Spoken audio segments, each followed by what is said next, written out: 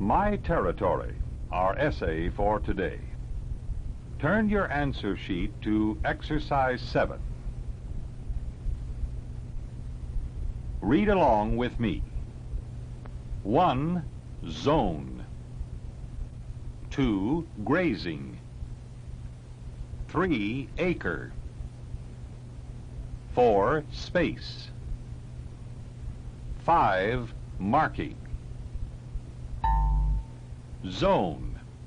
You have seen school zone signs, and in football you have the end zone. There are also safety zones, time zones, and postal zones. A zone is a specific region or area that is marked off. Study the word zone.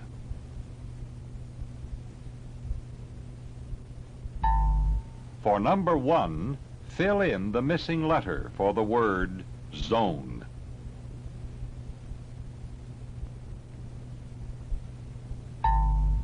Z is correct. Zone. Read with me. The territory of meat eaters is larger than that of grazing animals. Study the word grazing.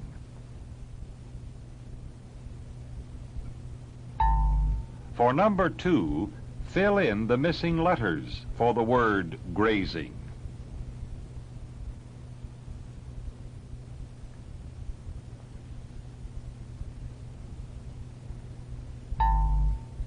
Z-I-N-G is correct. Grazing. Read with me. A buzzard normally hunts over about 650 acres. An acre of land contains 43,560 square feet. The area can be square, rectangular, circular, or any other shape. Study the word acre.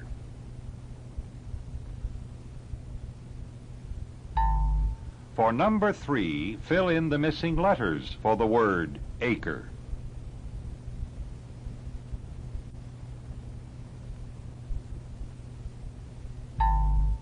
R-E is correct. Acre. To give you an idea of how large an acre is, if your classroom is 30 feet by 30 feet, an acre is 48 times larger. Read with me. An animal not only knows where it is, but divides the space it occupies into 2 different zones. Study the word space.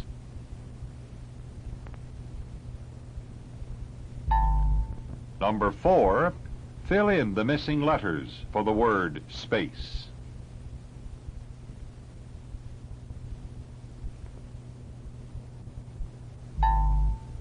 SP is correct. Space. Read with me. Different animals have different ways of marking these boundaries. Study the word marking.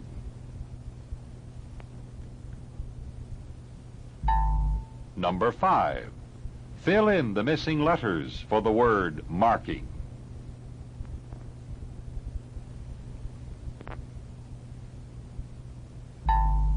M-A is correct. Marking. Now for our essay, My Territory. Most people enjoy going to the zoo or watching movies of wildlife on television. But they never realize that animals live as much according to plan as any human being. They stare at a bear or an elephant and think that the day-to-day existence of these creatures is completely without rules of any kind. Animals get hungry, they eat, and whenever the mood strikes them, they go to sleep. But the people who crowd around the cages or sit in front of their TV in their homes couldn't be more wrong. People think of lions, for instance, as wandering all over Africa without regard to where they are or where they're going. But actually, an animal not only knows where it is, but divides the space it occupies into two different zones. The first is his vital domain, the maximum surface which the animal has explored. The second, very much smaller, is strictly off-limits to any other animal of the same species, except, of course, for the owner's mate and offspring. This smaller zone is residential. The size of the territory naturally depends on the particular species, but it is usually much more restricted than the average person believes. The territory of meat-eaters is larger than that of grazing animals, because hunting takes in a lot more ground than grazing. One full-grown lion will average about 7,500 acres, while a whole troop of monkeys can get along with 250. A buzzard normally hunts over about 650 acres, while a swan will stay within about 350. Yet the limits of this territory, whatever the size, are very familiar to the animal using it, and very often it will go to the trouble of marking them off to discourage others from intruding. Different animals have different ways of marking these boundaries, and sometimes this marking takes on a rather active aspect. The brown bear, for instance, scratches the trees which are at the outer limits of its hunting ground and along the trails it must use. Certain types of bison will use their horns to tear off the bark of trees and rub mud into the scars left on the trunks with their shoulders. Within an animal's home territory, there are the privileged places which are its shelter in case of danger, or merely resting places. Usually, one of these places becomes the fortress, being considered the safest refuge by the individual, the couple, or the group occupying the territory. Springs, salt licks, food reserves, all these locations are connected by a series of passages making up a definite network. In many regions of the earth, the passages used by big game have been taken over by man, who little by little turned them into usable paths. It has even been claimed by some that many of the French national highways still follow the twisting traces left by the European bison in the heart of the forests of Gaul. Animals not only live in a well-determined area, but they also observe a rigid time schedule as well, punctuality being one of their true qualities. If an animal is accustomed to reaching a certain spot in its territory at a particular time every day, a man can set his watch by its comings and goings almost as accurately as he can by the sun. Animals have a lot of freedom in their lives that many people envy. But just because they don't have to get up and go to work or school every morning doesn't mean they don't have their own rules and they obey them. Okay, back to your pencil and answer sheet.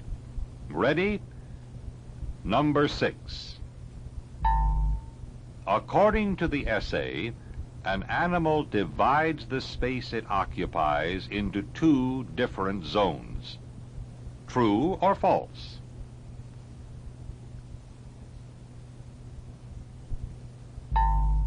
The answer is true.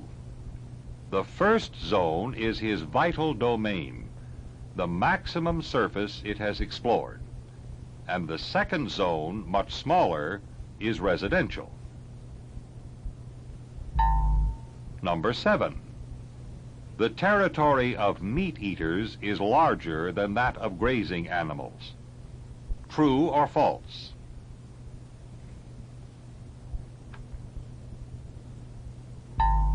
The answer is true. Hunting takes in a lot more territory than grazing. Number 8. Animals usually mark off the boundaries of their territory. True or false?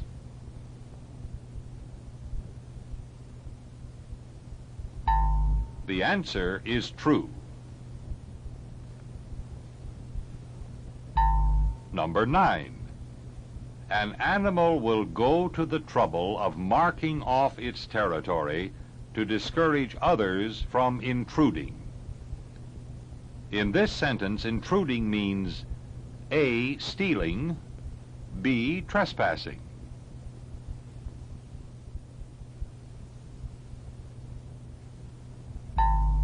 B is correct. In this sentence, intruding means trespassing. If someone comes into your house without an invitation, he is an intruder. Number 10. Spell the word zone.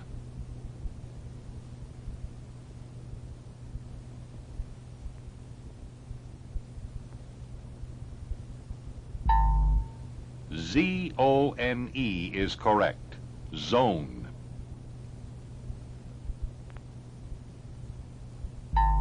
Number 11. Fill in the missing letter for the word graze.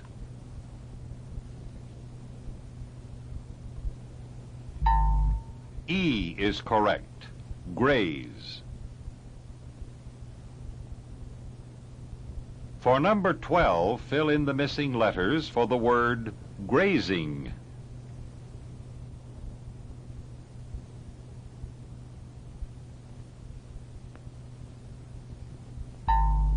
I-N-G is correct. Grazing. Number 13. Spell the word acre. Acre.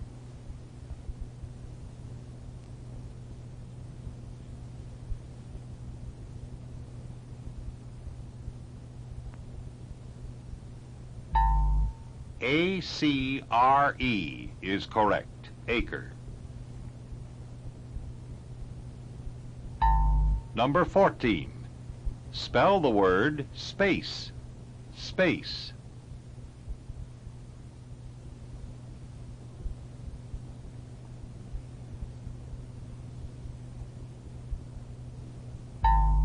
S-P-A-C-E is correct. Space.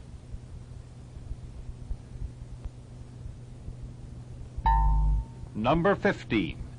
Fill in the missing letters for the word marking.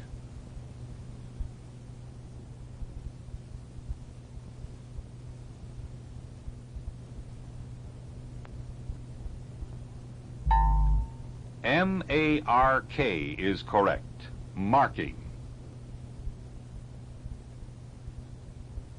Now add up your checks for correct answers and put that total in the score box.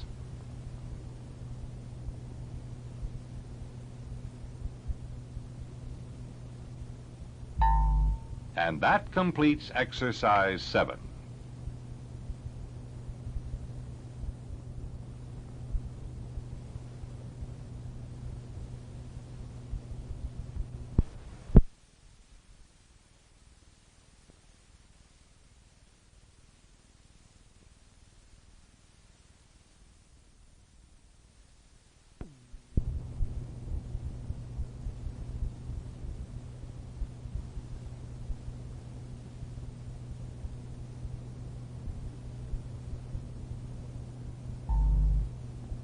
Do you know why airplanes can fly? Well, the title of our essay today is Aerodynamics, and it's about flying. First, our key words.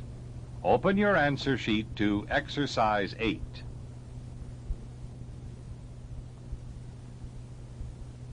Ready?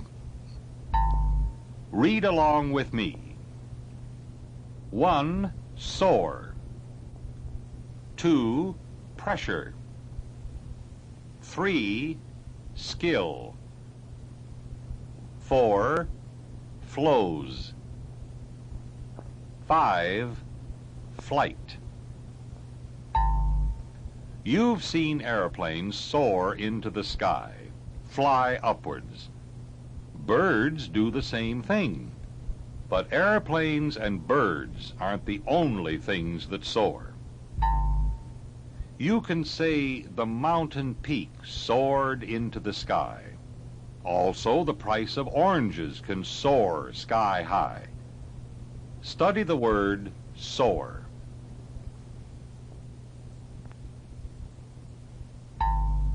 For number 1, fill in the missing letters for the word soar.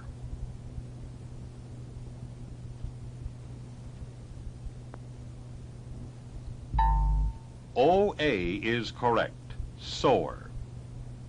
Have you ever had a sore arm or a sore foot? How would you spell that kind of a sore? Try it for number 2.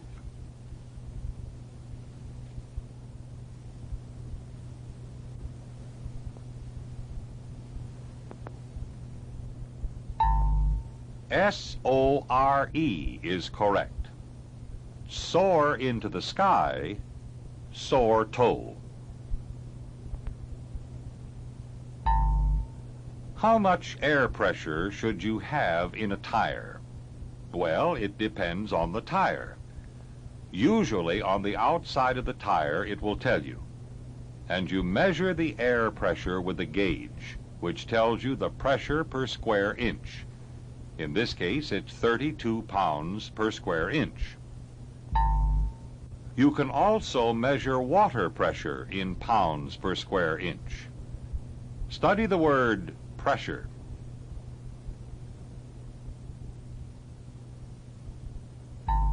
For number 3, fill in the missing letters for the word pressure.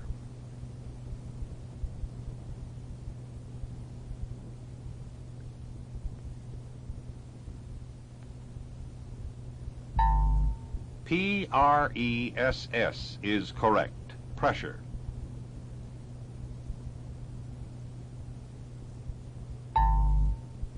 A skill is an ability to do something well as a result of your knowledge, practice, or aptitude. You can be a skilled typist or a skilled racer. Study the word skill.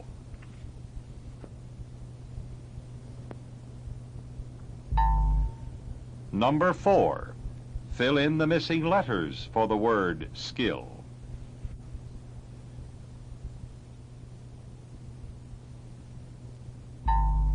S-K is correct, skill.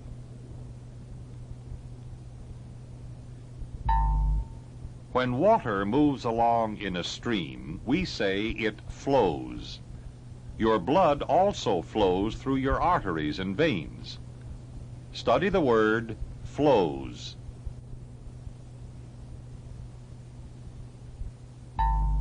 For number 5, fill in the missing letters for the word flows.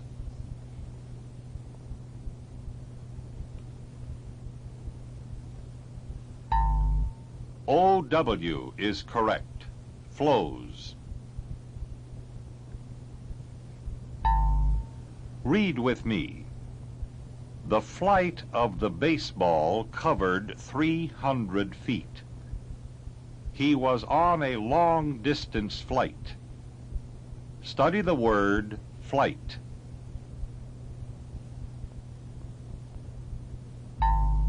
For number 6, fill in the missing letters for the word flight.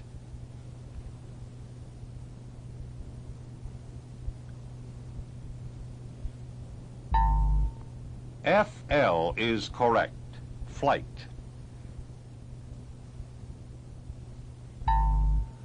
Okay, now before we read the essay, let's try an experiment. In the drawer with the reading materials is a small pad. Everyone take a strip of paper from this pad. I'll wait for 30 seconds.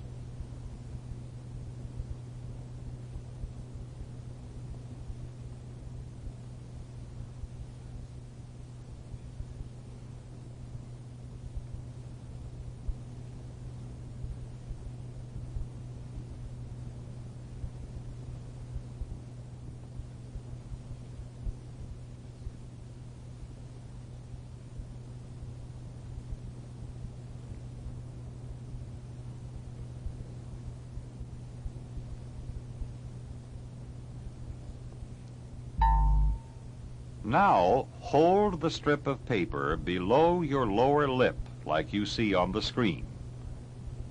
Then blow above the paper. Go ahead and try it. The paper should rise as in the picture.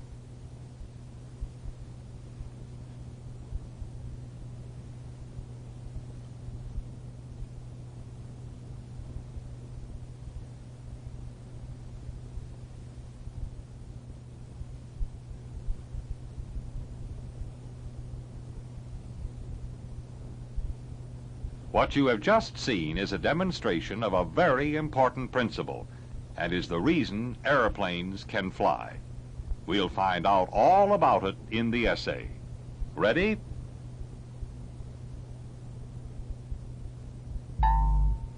Aerodynamics. The next time you see a big four-engine jet go roaring down the runway to take off and soar gracefully into the sky, will you stop a moment and think what it is that lets that plane not only get off the ground, but stay up in the air to the end of its flight? Those powerful jet engines, you say. The speed with which they send the plane hurtling down the runway. Or maybe it's the skill of the pilot handling the controls up front in the cockpit. Well, all those things do their part. But what lets that winged monster get off the ground and race across the sky is something called aerodynamics. Just what is aerodynamics? It's a science that tells what happens when air moves rapidly against an object. Like wind filling the sails of a boat or turning the arms of a windmill. Long before men knew anything about flying, they recognized that air had force. It scattered fallen leaves, shook branches, and even uprooted trees. And when they finally learned how to use this strange power for their own benefit, they were able to turn out a great many labor-saving machines. Men have always had the desire to fly. Just watching birds filled them with a yen to do the same thing. But since men are not put together like birds, and they don't grow feathers, powered flight had to wait for the discovery of a Swiss mathematician named Daniel Bernoulli. Experimenting with water in the 1730s, he found that when you increase the speed of a flow of water, the pressure of the air around that water is always lowered. The faster the flow, the lower the pressure. A few years later, an Italian named Giovanni Venturi discovered the same thing was true for air. The faster it moves, the lower the pressure around it. Now, what does all this mean, and what has it got to do with flying? If you curve the top of an airplane wing while leaving the bottom completely flat, the air moving across the top from front to back has to travel a greater distance to get to the back than the air moving along the bottom. That means to cover the same wing width, the air along the top has to move faster than the air along the bottom if they are to meet at the back. But faster moving air has less pressure around it than slower moving air. So the pressure along the bottom of the wing is greater than the pressure along the top. This gives the wing a tendency to rise or push upwards. This tendency is called lift, and is what offsets the pull of gravity, allowing the plane to get up off the ground. There's a lot more to flying than bolting a couple of engines on the front of the wing and putting a pilot in the cockpit. But if it hadn't been for fellows like Bernoulli and Venturi and men like Orville and Wilbur Wright, with the foresight and courage to test Bernoulli's principle right in the air, we'd still be watching the birds and wishing. And if it hadn't been for students of aerodynamics who spent long hours in laboratories working out the hundreds of problems our first flyers didn't know anything about, that jet you saw tearing down the runway wouldn't even get off the ground, let alone fly thousands of miles across continents and oceans to reach its destination safely and on time. Okay, back to your pencil and answer sheet. Ready? Number 7. In a flying airplane, the air pressure along the bottom of a wing is A, greater than, B, less than, the air pressure along the top of a wing.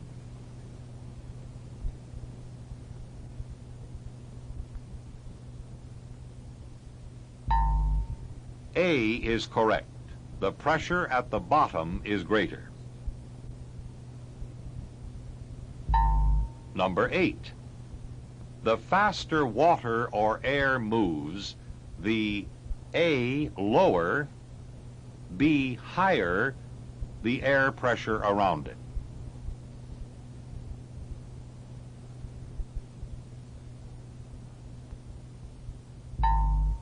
A is correct. The faster air or water moves, the lower the air pressure around it. Number 9.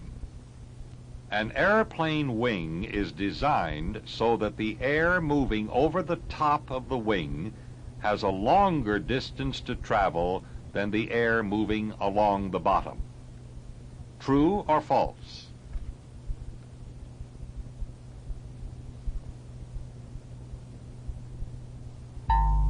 The answer is true.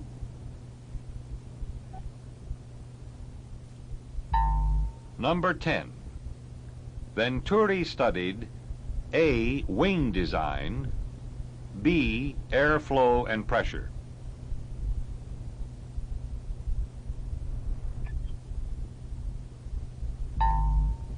B is correct. He studied airflow and discovered that the faster air moves, the lower the pressure around it.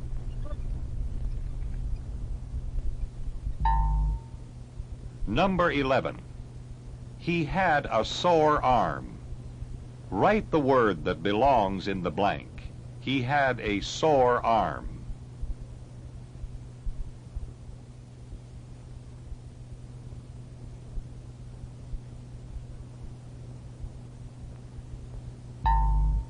S-O-R-E is correct. Soar. Number 12. Fill in the missing letters for the word pressure.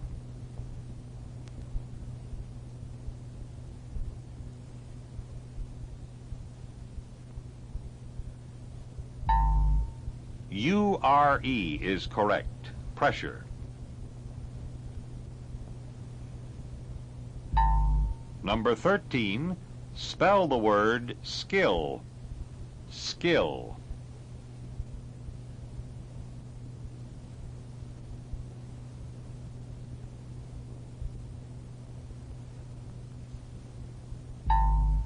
S-K-I-L-L, skill.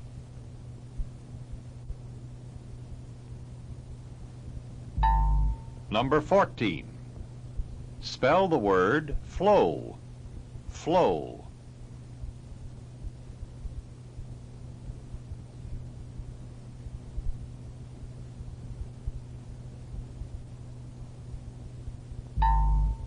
F-L-O-W is correct. Flow. Number 15. Fill in the missing letters for the word flight. Flight.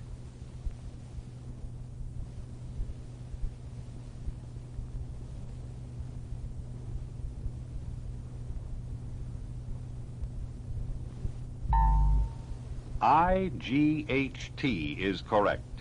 Flight. Number 16. Spell the word soar, like in birds soar in the sky.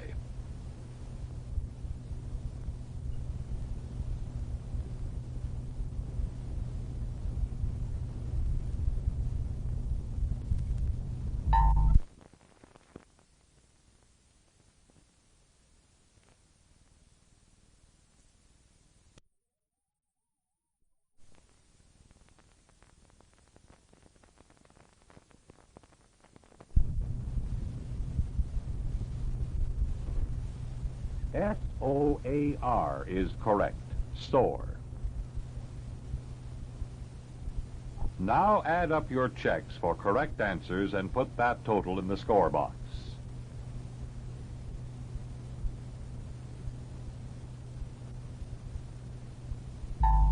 And that completes exercise 8.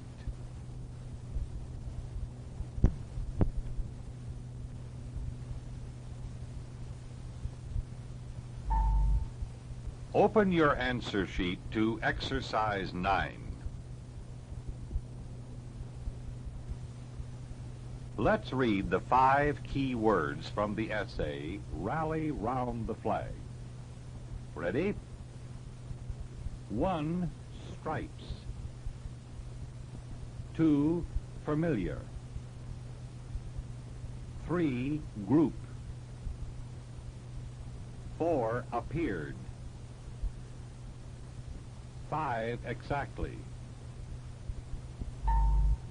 Read with me. As long as the stars and stripes still waved, we were all right. Study the word stripes.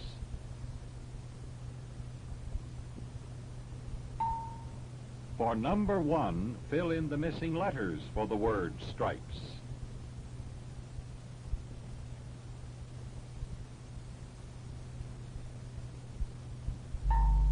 I-P-E is correct. Stripes.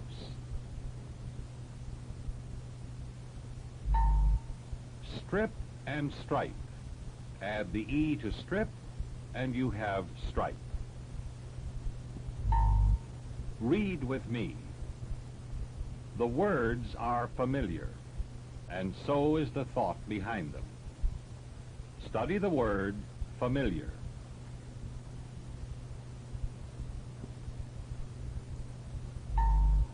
Number 2, fill in the missing letters for the word familiar. Familiar.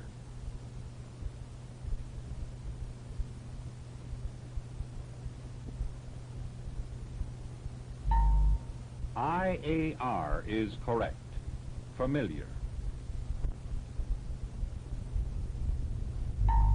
Read with me. What group is in the cave? Study the word group.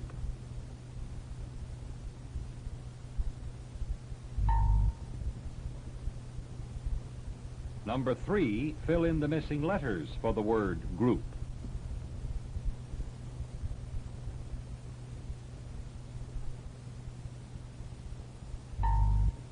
G-R is correct. Group.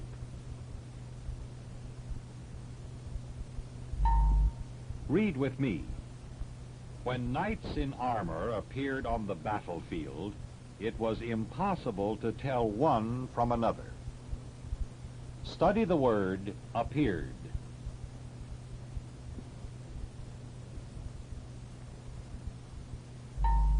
Number 4, fill in the missing letters for the word appeared.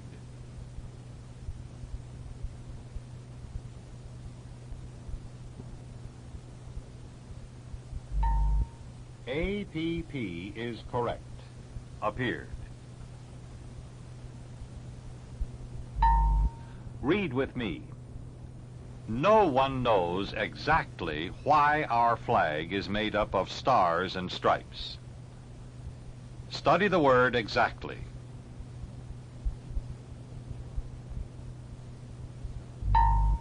Number 5, fill in the missing letters for the word exactly.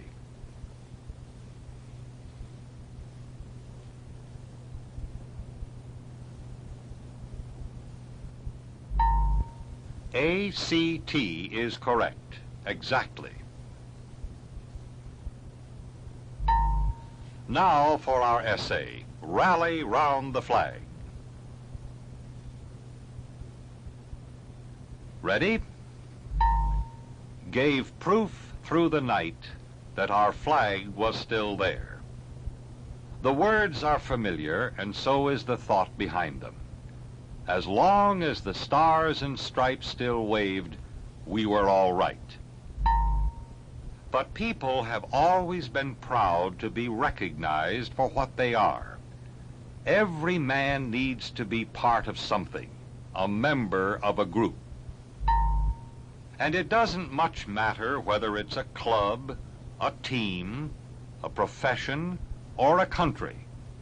That's how flags were born.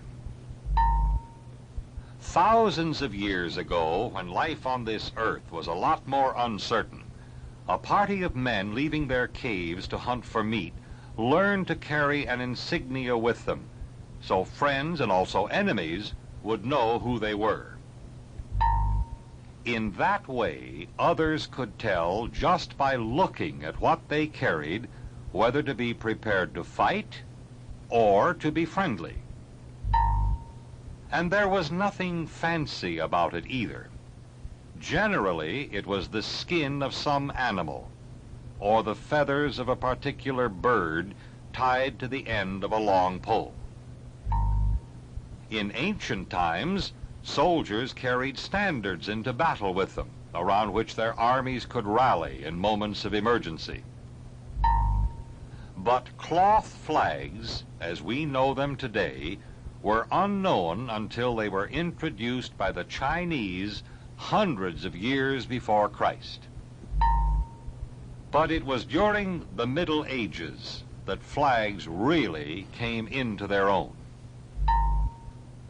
When knights in armor appeared on the battlefield, it was impossible to tell one from another, because everything that would make them recognizable was hidden behind their metal protection. And some way had to be devised by which one could tell his friend from his enemy. So coats of arms and crests were developed. A knight would have his coat of arms painted on his shield and wear his crest on his helmet. Another knight, seeing him, would know immediately who he was. And companies of mounted knights carried banners that allowed others to recognize them as soon as they saw the banner. It was during these times that the different parts of flags were given actual names.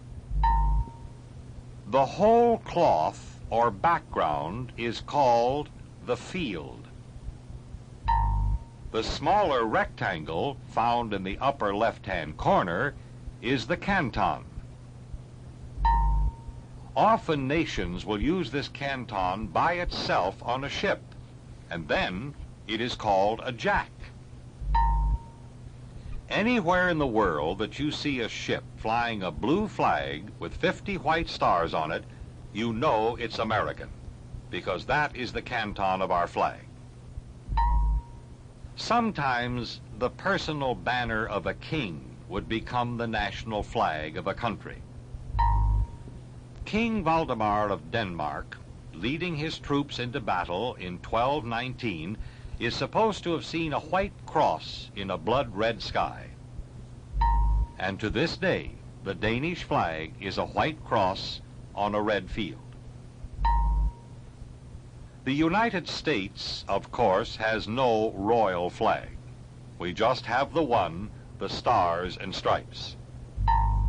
And it was the sight of that flag, shell-torn and ragged, still flying over Fort McHenry after an all-night bombardment during the War of 1812, that inspired Francis Scott Key to write the words of our national anthem.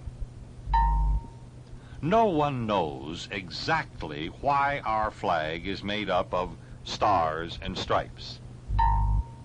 There are many explanations, but none is truly authentic because at the time it was chosen, no one bothered to write down the official story. Be that as it may, however, No matter where on earth any of us might be, the sight of the stars and stripes flying at the top of a pole marks that place as ours, and we, as part of the country that flag represents. Now for the questions. Ready?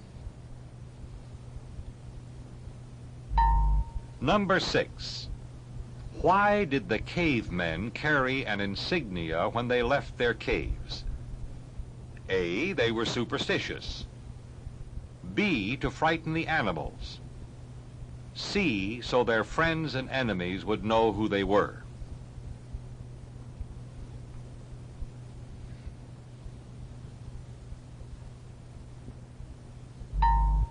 C is correct. So their friends and enemies would know who they were. Number 7. Cloth flags, as we know them today, were unknown until they were introduced by the A, Macedonians, B, Chinese, C, British.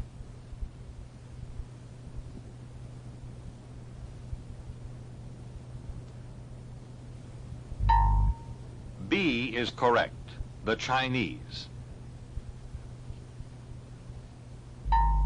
Number 8. The Danish flag is a white cross on a red field. True or false?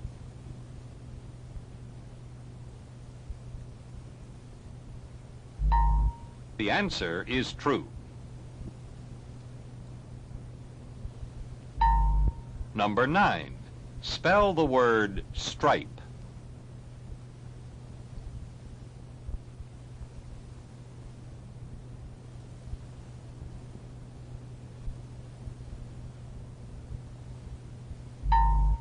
S-T-R-I-P-E is correct. Stripe.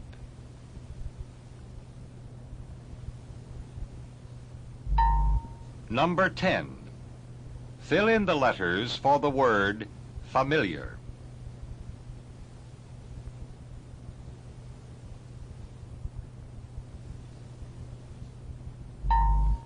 F-A-M is correct. Familiar. Number 11. Spell the word group. Group.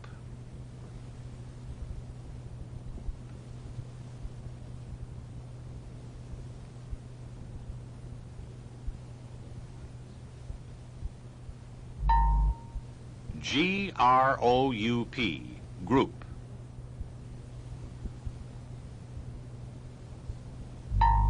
Number 12, fill in the missing letters for the word appear.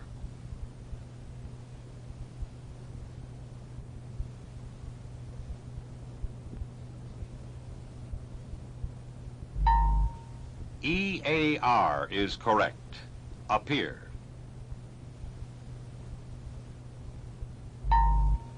Number 13.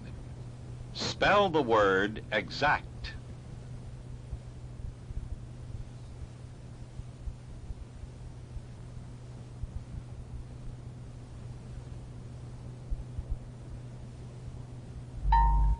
E-X-A-C-T is correct.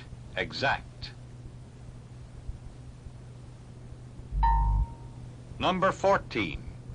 Which word, A or B, belongs in this sentence? The stars and stripes forever.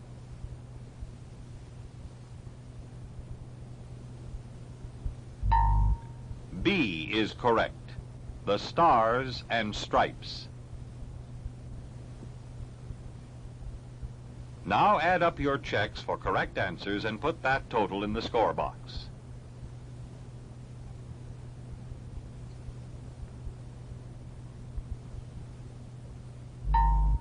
And that concludes exercise number 9.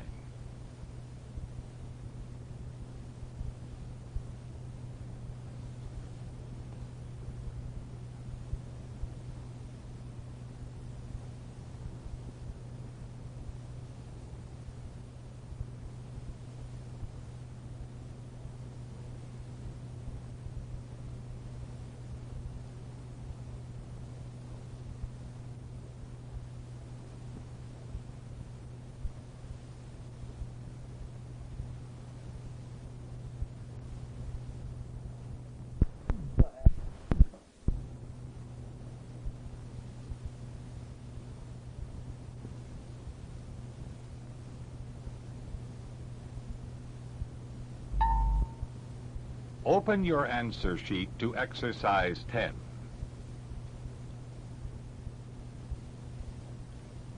Block Me If You Can is the title of our essay.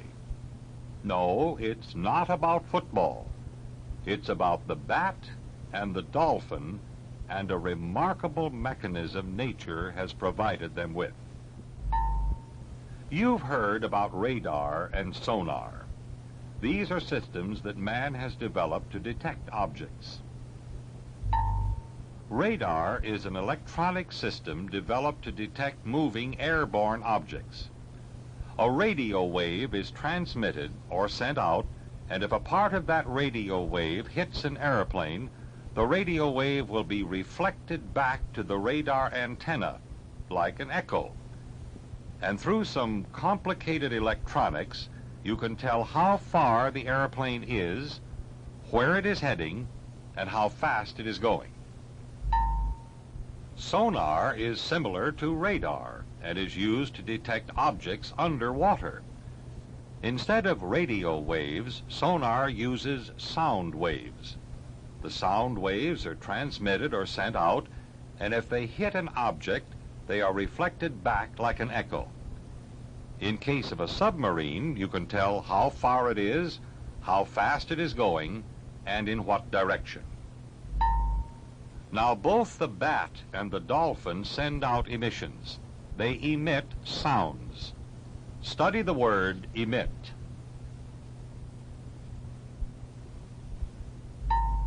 For number 1, fill in the missing letters for the word emit.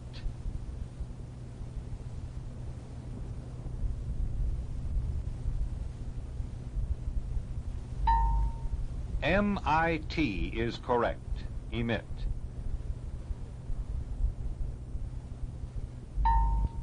Man-made radar systems can be jammed by sending out radio signals at the same frequency.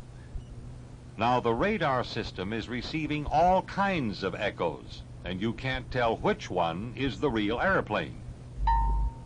We call this jamming, and the same thing can be done to a sonar system. Study the word jamming.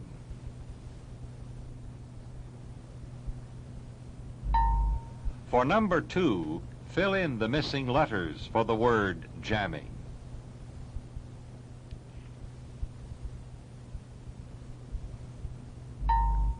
MM is correct. Jamming. Okay, now that you know something about sonar, radar, emissions, and jamming, let's read the essay. Ready? How would you like to be able to run through a crowded room, blindfolded as fast as you could and never run into anything? Impossible? It wouldn't be if you were a bat. You might not want to believe this, but a bat living in the dark, in caves, and sometimes in abandoned towers and attics in old ruins, never has to worry about flying into anything. Bats live in groups, and yet they fly around their dark homes without ever bumping into one another. Also, they like to eat flying insects. And if you've ever tried to catch a mosquito or a moth in a room in which there's plenty of light, you can imagine how difficult it would be to try and do the same thing in total darkness. For you, it would be impossible. But the bat does it all the time, and without any trouble at all. He has a natural radar system that is much more sensitive than anything humans have been able to build. It is so sensitive that if he misses his prey on the first assault, he will automatically correct his flight pattern, and the second time around, the insect is invariably caught. Even if you were to string wires all around the area in which a bat lives, he wouldn't have the slightest trouble avoiding them. The only defense against his hunting technique is used by miller moths. When they detect the emissions the bat system sends out looking for them, they stop flying immediately and drop to the ground, hiding themselves from his radar. Another example of a super-sensitive detecting system in the animal world is the sonar of the dolphin, sometimes called the porpoise. If you were to drop some food, always fish of one kind or another, into a pool in which there was a dolphin, the plop of that fish hitting the water is enough to attract him, and he doesn't need any other help to find it. Sight is not important to him, and he doesn't rely very much on his sense of smell. But his natural sonar is considerably better than any human beings have been able to build. Ours doesn't seem to be able always to tell the difference between a wooden ship and a metal one. And it's even been known to mistake a whale for a submarine. But a dolphin sonar lets him tell the difference even between fish of the same size but of different species. If two fish of different degrees of attractiveness to the dolphin are put into the water at the same time, he will go after the one he likes best, even in the darkness or in troubled waters. And if you give one the choice between a fish and a plastic model of a fish exactly like the real thing, the dolphin will go after the real fish every time. No matter how many obstacles are placed in the way of a bat or a dolphin, they are able to get what they are going after without any undue difficulty. They will avoid everything in their path, no matter how littered that path might be. And unlike the human-built counterparts of their tracking systems, the radar of the bat and the sonar of the dolphin are immune to jamming. No matter how you try to interfere with either, you cannot upset it in any way. And our scientists would love to know how in the world they manage this without ever making a mistake. It is only very recently that humans have been able to produce tracking systems that are anything like the natural ones found in the bat and the dolphin. And it will probably be many years before these human-built systems even approach the effectiveness of the ones nature has provided for these two members of the animal world. Okay, let's go on to the questions. Number 3, there is no defense against the hunting technique used by bats. True or false?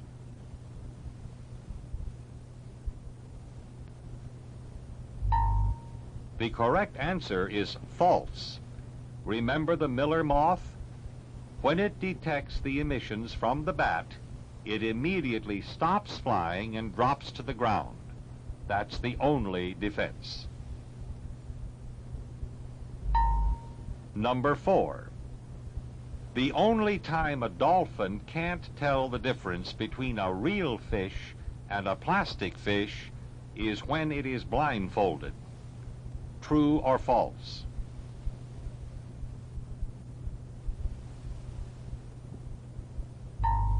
The answer is false. According to the essay, sight is not important to him. He does very well in darkness and in troubled waters. Number 5. It is easier to jam the radar of the bat than the sonar of the dolphin. True or false?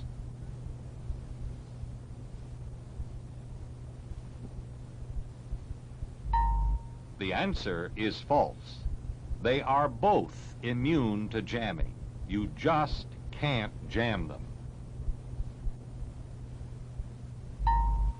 For number 6, spell the word jam.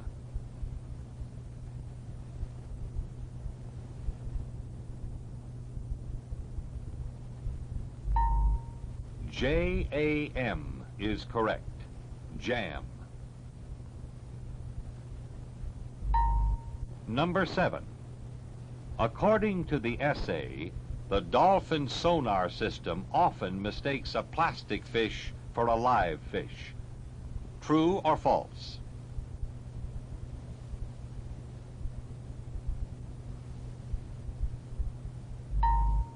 The answer is false. It never makes that mistake. Study the word mistakes.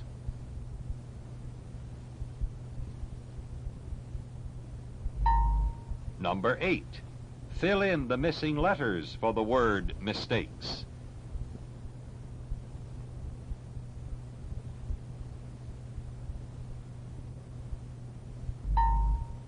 M-I-S is correct. Miss plus T-A-K-E-S takes mistakes. Number 9.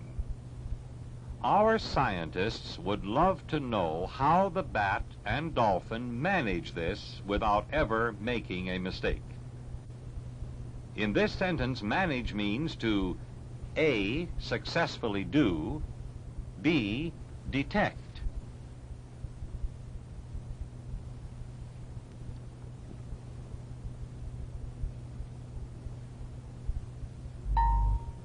A is correct. In this sentence, manage means to do successfully.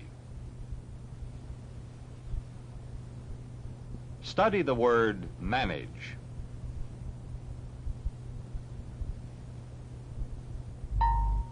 For number 10, fill in the missing letters for the word manage.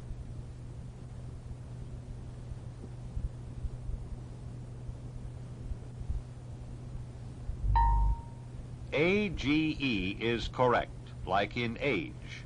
What is your age? Man plus age is manage.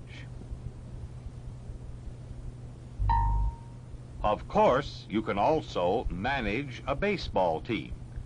In this case, manage means to direct the players. And as you know, not all managers are successful. Number 11, spell the word emit. Emit.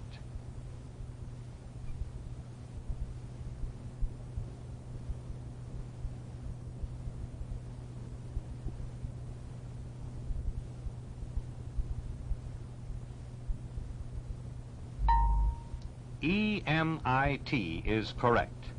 Mit with the E in front gives you emit. For number 12, write down the 2 letters in the word choice that give you the oi sound.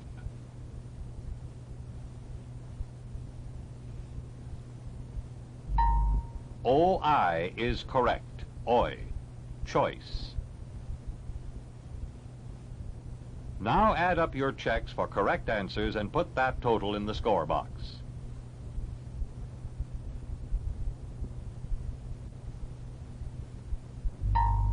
And that completes exercise number 10.